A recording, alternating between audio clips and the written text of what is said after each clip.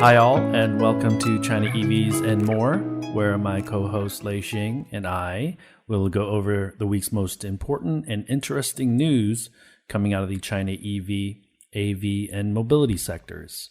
We will open the room up at around the 40-minute mark to anyone who's keen to ask us any questions. One rule, we appreciate vigorous debate, but let's all be considerate and respectful to each other.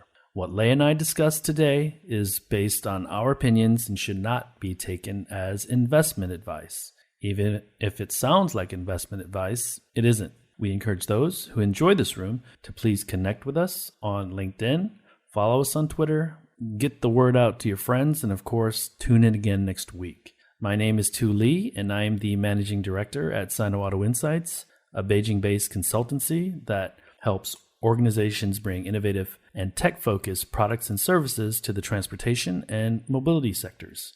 I write a free weekly newsletter that we pull many of our discussion topics from. You can sign up for it at sinoautoinsights.com, which of course I encourage you all to do. Lei, can you please introduce yourself? Yes, hi everyone. My name is Lei, and I am the former chief editor of China Auto Review, which published newsletters and the only tabloid magazine in English focused exclusively on the Chinese auto market. I've spent pretty much the last 20 plus years on the ground in China covering the industry. I'm now in the US as an independent analyst consultant, still trying to keep tabs on the rapidly evolving market. This is episode number 33. So this week, China came out of the 3-day Mid-Autumn Festival holiday break. So lots of headlines on the Evergrande debacle. But other than that, it was a bit, I think, slow earlier in the week. But then all of a sudden, we saw the big announcements coming from Volkswagen, the investment in a new battery systems plant in Anhui Province, NIO's introduction of the 75 kilowatt hour Iron Lithium hybrid battery, and also the big announcement confirmation from GM on its $300 million investment on Chinese AV startup Momenta. And also Faraday Future updated their progress on production as well as China plans early in the week. So I guess we start with VW and NIO because they're both battery related. I'm glad this week I don't think we need to talk about the chip shortage. So, but battery is obviously has been in the news as often as the chip shortage, if not more. So, what's your take? Yeah, I will say this: Tom McKenzie, the ex Bloomberg Asia host who moved to London, he did tweet that $210 billion worth of revenue has been erased from the automotive sector this year due to the chip shortage. So it's still affecting companies and it's real. But with regards to the battery announcements, I think we're just going to see. So there was that crazy announcement that by 2030, the United States will hit China's current capacity today, and China will have 5x that capacity by 2030. And so if we're not careful, we get into we don't have enough supply, and then all of a sudden the tide turns, especially if new technologies come into play, solid state, more efficiencies on range and things like that. From a technology and innovation standpoint, they take hold. We could go from not enough supply to too much supply. So because we have to remember that the United States is adding capacity and Europe is adding capacity. So, but I believe NIO is the first major automaker or EV maker that has kind of announced a hybrid battery. Is that right? Yeah, I believe this is first production, to go into production. That's correct. I believe so. Starting with deliveries in November. And I think we have to take into consideration that anytime there's a new technology that's going to be implemented into a product, whether it's a battery or software, there's always that initial launch and anxiety about quality and reliability. And so, you want to be able to at least match your previous model year or your previous version of the battery in order to keep the customer experience consistent and obviously not have any quality or reliability issues that could tarnish your brand. And so, one other thing I will comment on is that the focus on NIO to really try to reduce pricing really indicates to me that, they're becoming much more a mature company, because in order to compete not only in China but globally, they have to really, really try to manage costs, because that'll, number one, increase margins at the end of the day, but then also it'll help them compete with Tesla, who seems to be able to reduce pricing on vehicles pretty easily. So yeah, offer my take. So, we put NIO and Volkswagen together since, the common thread is this is, everything's happening in Hefei, right? In Anhui Province. And if we compare the two, for NIO, this is obviously a tactical move. And for Volkswagen, it's a strategic move. mm-hmm. For NIO, this has been in, from what I heard, that they've been trying to announce this or prepare for this for over a year. And it's basically, I think, the technical part of it is announcing a 75 kilowatt hour battery, but the price remaining the same. So to the customer, it's like, okay, I've upgraded a little bit, I've improved the performance, but you're getting this at the same price. And basically the balance is LFP versus NMC, whereas LFP has the cost advantage, but one of the problem is what they addressed here is the low temperature kind of range degradation, and which is a real issue that nobody really ever talks about. They're in the Four Seasons states or countries, it is an issue. Yeah, and then the NCM obviously in those type of situations perform better. And also, I guess the four things that they mentioned, is the low temperature degradation. This hybrid battery is 25% less. Mm-hmm. And obviously more range, right? I think they're adding like 30 to 35 kilometers range compared with the 70 kilowatt hour. And then the state of charge, meaning, when you look at the battery percentage, how it's calculated and how it is shown to the user, and trying to reduce that error. I think this improves the error down to less than 3% versus the 10% before. Mm-hmm. And actually, there's also some disadvantage. You added more weight. I think it's about 15 kilogram heavier than the 70 kilowatt hour. And also, the first year lifetime is comparable to the traditional, or even better than the traditional LFP. So I think those are the four things that they mentioned in the press release. And I think one of the underlying things that we can kind of read into is that it should make their car much more competitive outside of China, where they might not have the immediate advantage of battery swapping. So I think that's one thing that, better battery, more efficient battery, that should, in lieu of being able to swap it out anytime you need to, this seems to make it more competitive globally. So, and I guess this is something that William Li, the CEO, took a serious part of the decision-making process. I think he was a crucial, what he called the shots on this one. I believe. Like a catalyst, right? Yeah.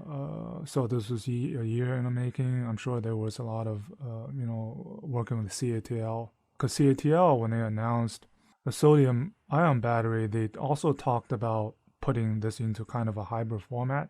Mm-hmm. But I think NIO took the lead on this one. So it shows kind of now the customer being in front of the R&D process, right? And now asking what CATL can do.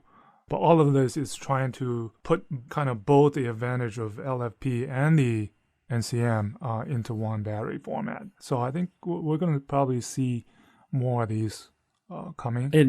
But NIO is definitely the first one to do it. And I should comment that this is one of the things that makes the EV sector very unique relative to any product that has a tremendous amount of hardware software integration, because on the software side, where these companies can do OTA updates, a patch might take 3, 4, weeks, 2 months, 3 months to get to Golden Master, or what we call updatable to the public.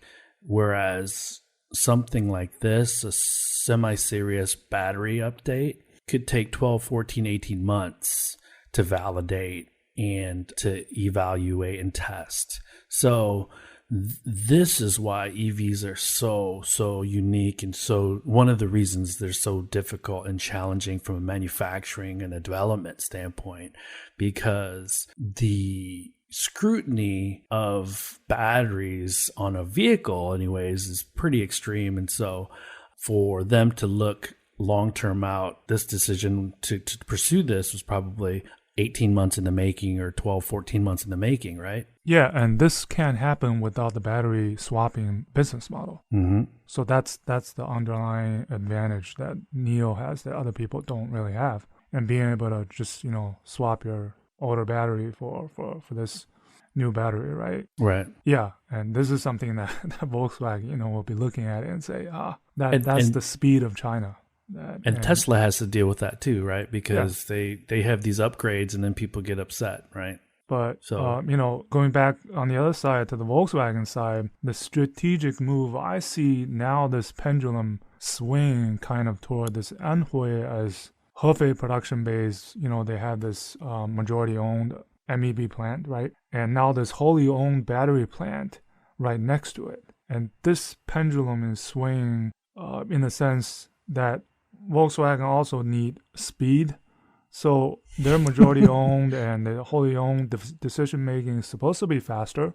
And I won't be surprised, a couple of episodes we talked about their other joint venture partners were a little bit upset that what's going to happen, in terms of, what you're going to give me in terms of products or the importance of our joint ventures.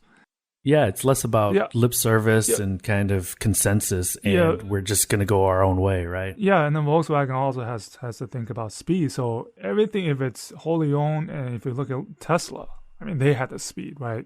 Plant up and running in 1 year. I'll tell you what, one thing that stood out for me was not the battery announcement, is the one line in the press release that they expect Volkswagen Group China, group-wide, NEV sales to account for 40% of sales of their total sales in China by 2030. I feel that's a bit rather conservative. Yes. Even though they said a couple of years ago the industry consensus was to have NEVs account for 50% by 2035. But we know that from the sales data we've been talking about, we probably can get to 20% next year. So it seems we're going to be close this year. Bit conservative of the 40%. But anyhow, this is looking like a very strategic part of their battery layout globally, right? They have several gigafactories they're planning. Czech Republic and Chattanooga being Sweden, the other two locations. There's, a couple of more or 3 more in Europe, right? Possibly in Spain. And so this is. It'll be interesting because now they have this 3 joint ventures, and some of the more futuristic products are probably going to be put into this new Anhui plant. And let me say this, Lei, and I'd love your commentary on this. I think when you bring up a Tesla or a NIO to a lesser extent, I think maybe more like an XPeng, but generally speaking, the automotive sector is much more conservative, right? And so the complexity of Volkswagen Group's battery strategy or battery supply strategy is, from a global standpoint is pretty complex because, to your point, they're relying heavily on Northvolt in Europe. They're dual sourcing here in China. I think we talked about that prior to jumping on. So Gotion is kind of helping them with their plant in Anhui, but they're also sourcing from CATL.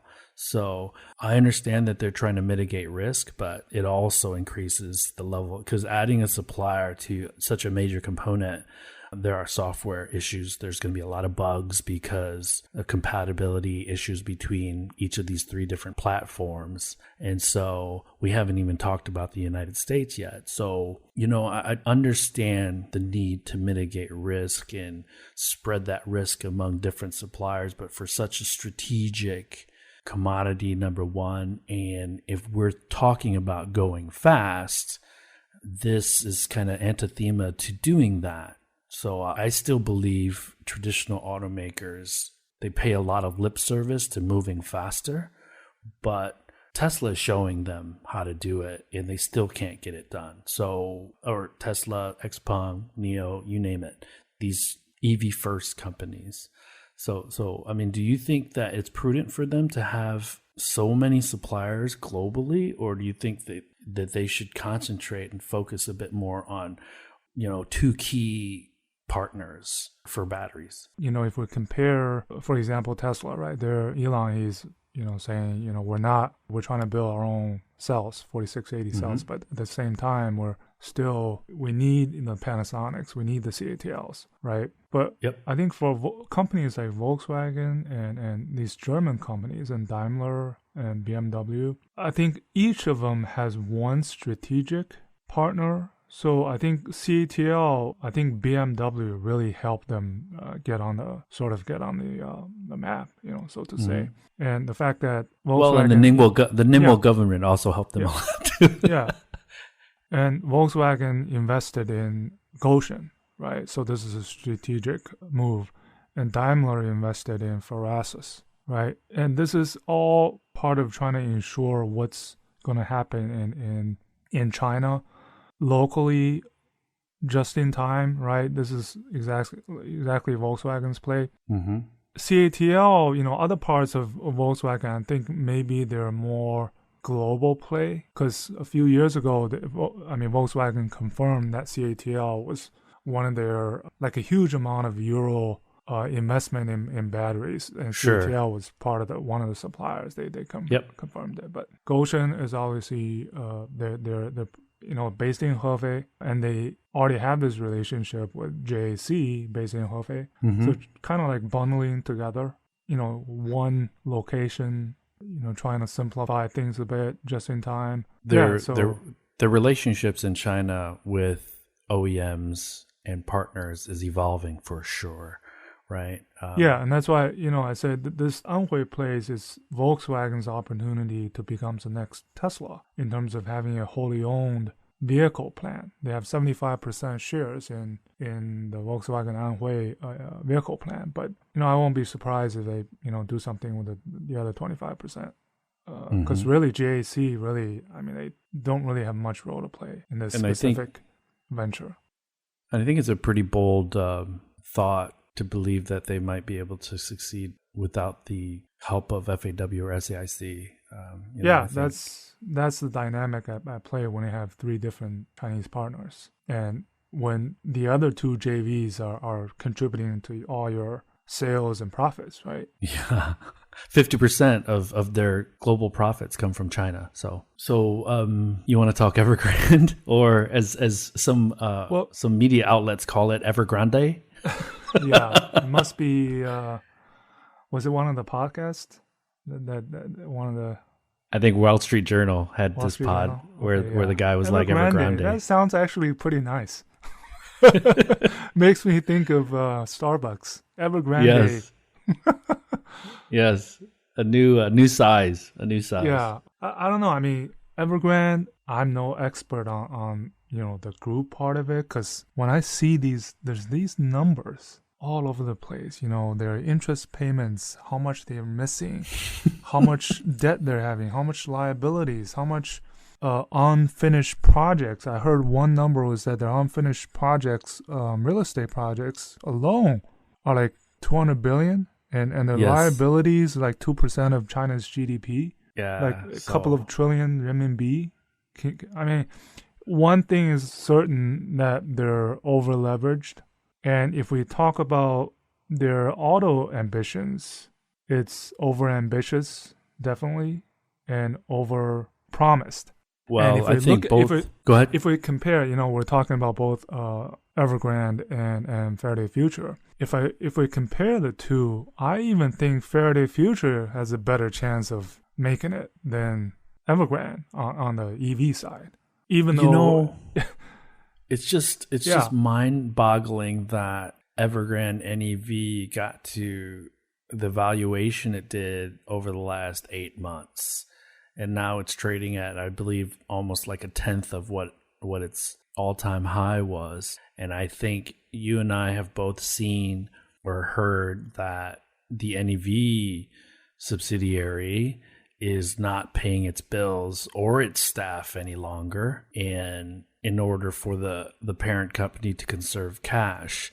Now, we knew that any hiccup with the parent, Evergrande parent the real estate company, would have effects on the NEV subsidiary or the NEV portion of Evergrande, but they said it wouldn't. But of course, it's the same pants, it's just different pockets. So, and again, I want to focus more on the EV side of it. So, to your point, those statistics all ring true, right? Evergrande is actually a decent portion of China's GDP or debt or whatever. And so it will have effects unless it's contained. And you and I can talk about whether or not the Chinese government will let them fail or not. But, I think that's kind of out of scope for what we want to talk about. All I know is they spent over $8 billion on assets. Do they have any IP that's been developed from those assets in order to sell? I don't know. Probably not. Well, I haven't heard anything. If we talk about the EV space in terms of IP, they went on a shopping spree in 2019, right? Koenigsegg, Protein Electric, Saab. Hofer, they reached a deal with Hofer Powertrain, this German company. They got the IP right to the Bentley EV Platform 2.0, and then they bought several other companies. And Chairman Hui, he met all these CEOs of all these suppliers. He signed a deal in November with 60 suppliers at that huge signing ceremony. Yeah, there's that big table, right? Big table, 60-meter long, right? And then the Evergrande table, public, the Evergrande table. Yeah, the public numbers that I've seen, right? How much they've invested in the EV business alone, it's in the hundreds of billions of renminbi, okay? And at that event in November 2019 at the signing table, so Hui, he said they plan to invest like only 4.5 billion renminbi over the next 3 years to bring to launch all those Hongshu products. Yes. But earlier that year, they announced couple of investments in northern part of China, Shenyang, and Guangzhou, south part of China. One is 120 billion investment, renminbi, and the other one is 180 billion investment. So now looking back, where did they get all those money? Is exactly that how they've sold these assets, real estate that they still haven't delivered. Or borrowed against them, right? Yeah. So I think one of the articles, I think it might have been New York Times, said, how it's digging one hole to fill up another hole, right? Yep. Sort of. So now, comparing to a Faraday Future, we thought about it as a zombie company. And the huge ambitions that Evergrande announced, I'm not sure anything will come to fruition. Just forget about their 5 million sales in 2035 or those crazy numbers. And 2025 is going to come by pretty fast, and I don't think they're going to. I think it's important target. I think it's important to articulate a distinction between Faraday and Evergrande, because I believe Jia Yueting really truly wanted to bring a car or an electric vehicle to market. He sold out his other company to do it, but with Evergrande, I think there's always been this underlying thought that they're getting into EVs to get cheap or free land, because if they get a manufacturing license, they'll get a plot of land, and they might build a manufacturing site on that land, but they'll also build more real estate on that land. And so I think a lot of us had always thought that it was a land play or a tax subsidy play for Evergrande. And a friend of mine, Christian Shepard from the FT, he actually visited a couple of those what were supposed to be manufacturing sites for Hongshu or Evergrande NEV. And what was supposed to be, a fairly built out manufacturing plant, the ground broken, foundation poured, there was little more than a couple of, beams for the foundation of the building. And he went there, talked to a couple of the Bao'an, and they were like, yeah, there's not been construction in a few months for this stuff. And so despite all of that, the NEV arm was still able to raise a bunch of money, get to a valuation of, I want to say, $60 billion US, which is unbelievable. Because as early as, or as late as April, they still didn't show anything at the Shanghai Auto Show, just some mock-ups with blacked out windows, right? They brought a batch of reporters to visit one of their plants in Shanghai. I think only they showed probably one line opening, and there's some test drives. They had announced 9 cars in 5 years or something like that, right? And that was supposed to be also, speaking of the Shanghai Auto Show, that was a debut for Daniel Kircher, right, the former CEO of Byton. And you can mark my words, he will be out pretty soon. I don't think that was I really didn't understand why he went to Evergrande, other than probably for the money. But I don't think it was. Honestly, I think he saw Karsten making progress at Faraday, and he was like, "I need to be a part of something, right?" But he's not the CEO. Yeah, he was the EVP at most, right? Karsten is the CEO. He gets to call the shots. Go ahead. Yeah. So also, just to compare again, Faraday Future, according to what they announced at the Futurist Day, is since their inception in 2014, they've invested $2 billion in the past 7 years. And now with the IPO, they get a fresh $1 billion in proceeds. And it looks like, hearing from Carson and both YT, they seem to be confident that they will get to production in July. Well, actually, they want to start deliveries and production. Well, get the production done first in July 2022, which is a year after their IPO, right? And they're building, just so everybody knows, they're building in Southern California. Hanford, California, right? So they have a plant, and they have, recently hired quite a few, senior executives in both China and the U.S. So I guess one of the updates was that, okay, they confirmed that this is going to happen. But I remember clearly in 2019, at CES 2019, I interviewed Karsten. That was a couple of months before he went to Iconic, right? It was abrupt departure from a Byton. For like half a second. He went to Iconic for like half a second. So I asked him about, the relationship with Daniel Kircher. He was a bit surprised. And also the fact that he's trying to accomplish the same thing, basically, to adhere to a schedule. So it's a bit of, this is like a second chance for him. Third chance, yeah. But two and a half. Yeah.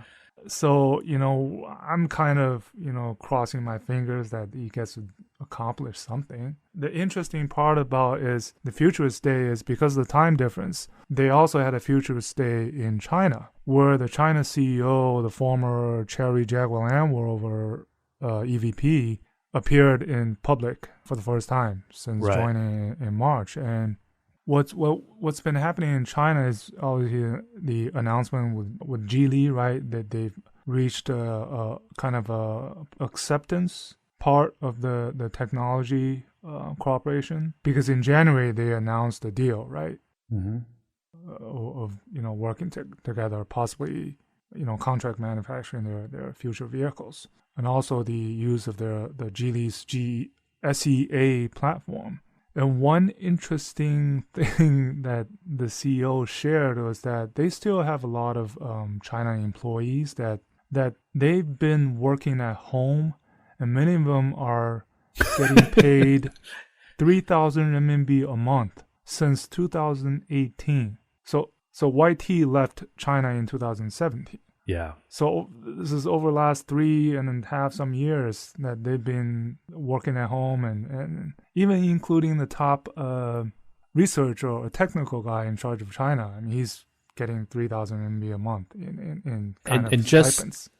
just so everybody understands, 3,000 RMB is about $450 to $500. So not much if you're a Westerner. From what I've read, it looks like quite a few employees even returned to the company after leaving. It looks like they have the FF91, right? And then the 81 and the 71. So the technical collaboration with Geely, I believe, is on future models and possibly producing in China. And they also updated that, they have an entity in Zhuhai. There's a Faraday Future Zhuhai legal entity. They were supposed to receive an investment from the local government or the Zhuhai State Asset Administration. But I think... But Zhuhai walked away from that, right? Yeah, I think they walked away from it. I think they're still discussing. At least this was what was revealed by the China CEO. So, Sure. So basically, further down the road, production in China, how they're working with Geely and the partnership with the Zhuhai government and putting a plan in China. But that's farther down the road. First priority is obviously next July, right? Yeah, so let me add my 2 cents. Faraday was one of the early EV startups that got a lot of press here in China. He wanted the splashiness of the US market, and so he went over there. And they've been in business for quite some time, 5, 6, 7 years, and it's been a roller coaster because they kind of did similar to what Evergrande did, dug a hole to fill another one. And they were adding people, laying off people, adding people, laying off people. So if you look at some of the executives currently on the Faraday Future management team, you'll see that there are ex-NIO people that worked in Northern California. You'll see that there's ex-Byton people. And so the California EV guys and staff and employees, it's a bit incestuous, right? And because I know 2 or 3 guys that have worked at both what at the time was Next EV and then moved on to Faraday or moved on to Byton and then, left. And so they furloughed employees, or I don't know how to say that in Chinese, but they effectively, I called them this cockroach that just wouldn't die, right? And so if there was true consolidation, and this is where I left them for dead the first couple times they were on the brink.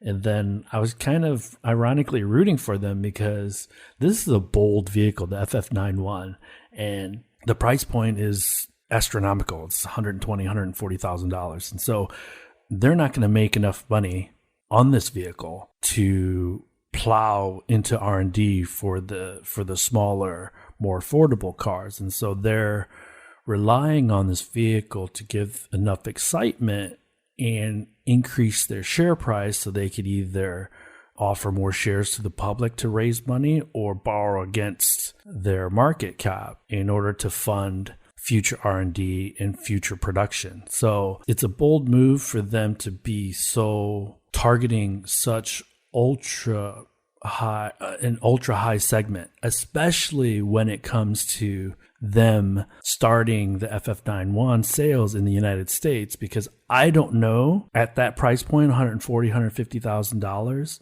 the average age is going to be in the 60s without question. And I don't know how many of those guys are that technologically savvy in the US. That might work in China, but it just seems a weird fit, potentially, if it will fit. Well, in China, the average age is probably 30. Yes. And by the way, they received more than 400 orders from China for the FF91. And back in July, if you remember, they said the 300 limited Futurist Alliance edition were all sold out, right? But going back to your point about the pricing, actually, that reminds me of, the closest vehicle currently on the market that's comparable to the FF91 is the Gaohe Hi-Fi X from Human Horizons, right? You saw that rankings table. They're second behind the Taycan, right? Yeah. Vehicles priced, smart EVs priced above 500,000 RMB. So there's definitely a market for this type of vehicle, but I mean, they want to be at the top of the ultra luxury pyramid, which is like the Maybachs, the Ferraris, the Bentleys, the Rolls Bentegas. Royces. Yeah. I mean, YT is like, we're going to disrupt these brands. God bless them. God bless them. Yeah.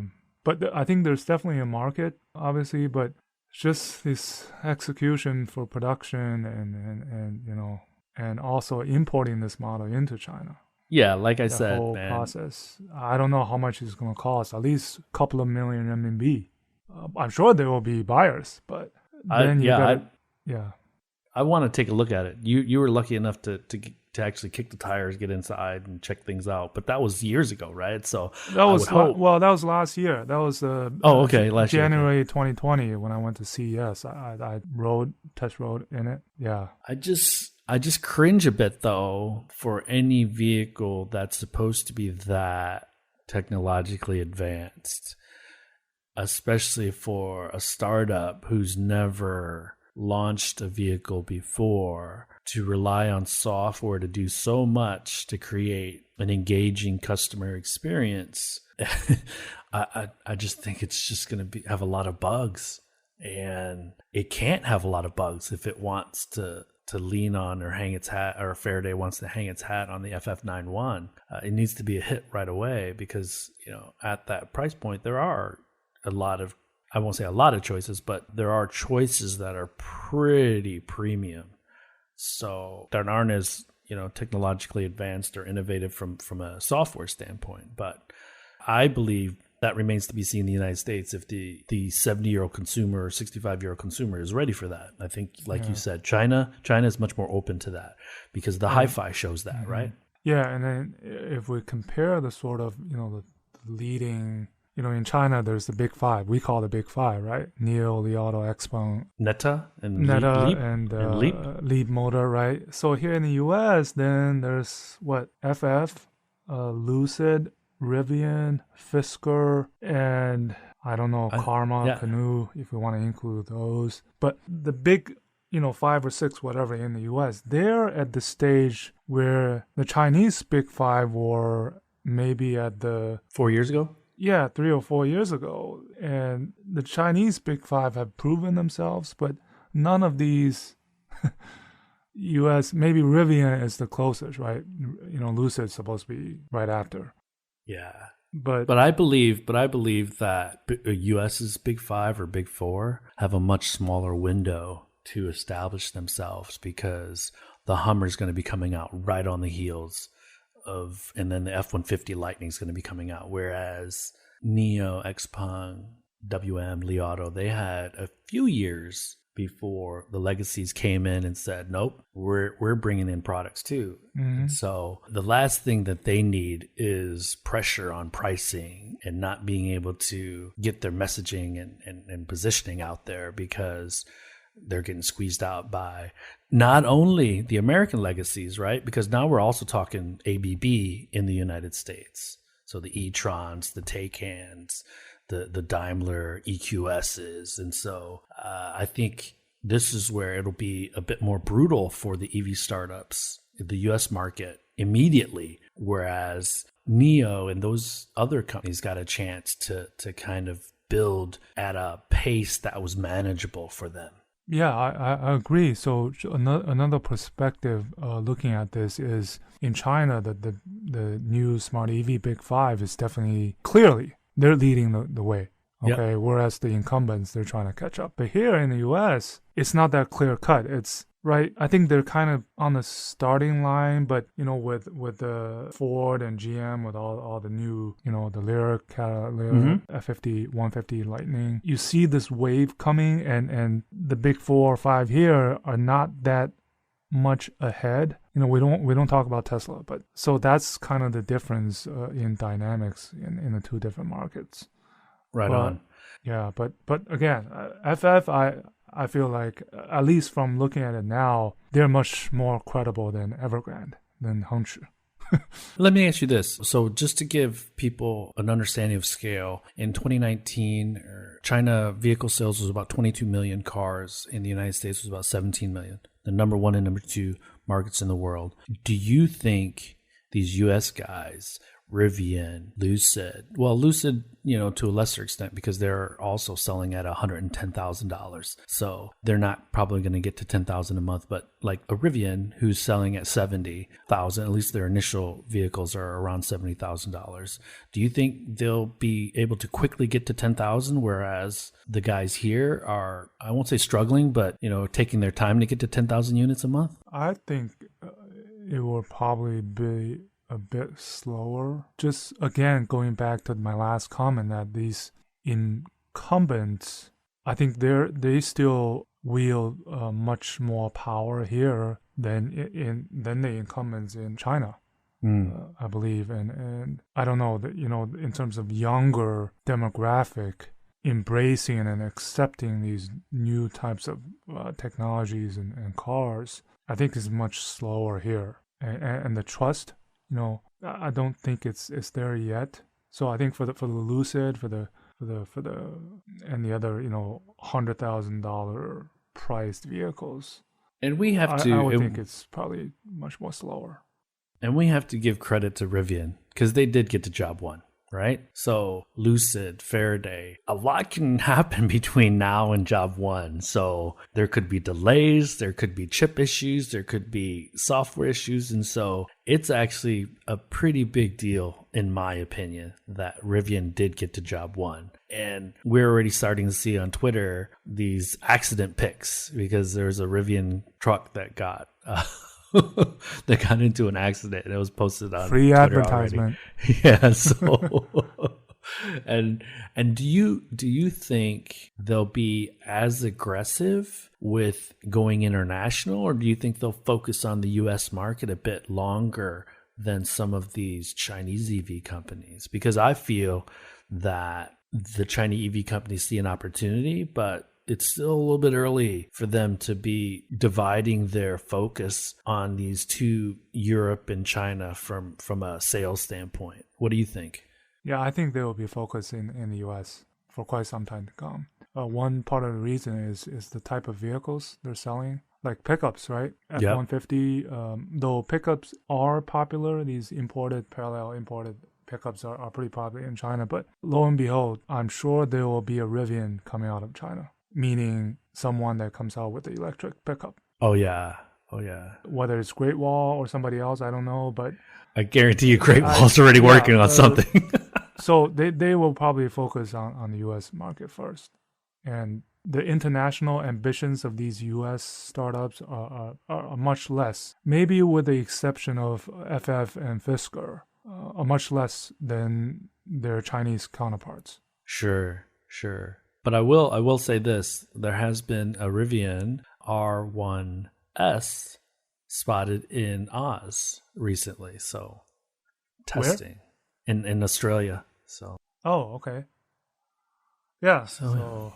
And remember, this is Australia's right-hand drive, and so if they're looking or thinking about right-hand drive, then that's a big move in and of itself, because it's not as simple as, okay, we're going to create a mirror image of the manufacturing process and put the steering wheel on the right side. It's not that easy. There's testing and homologation that needs to be done for the UK, Singapore, Hong Kong, Thailand, Australian, Ireland, all those right-hand drive markets, or as Americans would like to say, the wrong side, wrong hand drive.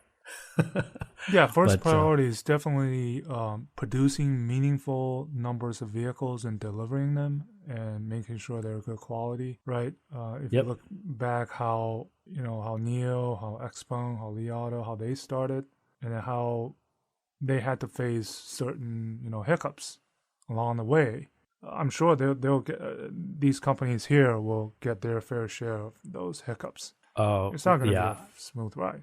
I think without question, I think we can expect that after launch of any of these major EV startups in the United States, we'll hear about stories of either manufacturing hell or chasing chips or software bugs, the fun stuff that you unfortunately don't hear about until after the launch, right? And for something to happen to GM's Chevy Bolt, it's like a slap on the face for supposedly, traditional company that are trying to lead change. Mayor Barra always says that, right? And remember, the Bolt is fairly basic vehicle. It's not super complicated. And this is on the heels of the Lyriq, the Cadillac Lyriq, which is Cadillac's by far most important launch in years in China and the United States. So it's launching in two major regions almost simultaneously. Exactly. So this must be, maybe it's a wake-up call. Maybe it's scaring them into really, really tightening up the processes and scrutinizing the quality of the parts that go into the vehicle, right? Because in China, they have a lot less control of the narrative. In the United States, at least they can put Mary in front of a camera and have her explain away what's going on. In China, she doesn't have that level of control. That brings us to the end of this week's show. Lei and I thank you for tuning in. My name is Tu Li, and you can find me on Twitter at Sino Auto Insight. That's SinoAutoInsight. You can find Lei on Twitter at LeiXing77. That's LEIXING77. If you wouldn't mind rating and or reviewing us on Apple Podcasts, Spotify, or wherever you grab your podcast from, we'd appreciate that as well. Even better, if you enjoy this show, please tell your friends about it. Please join us again next week as we track down all the latest news on China, EVs, and more.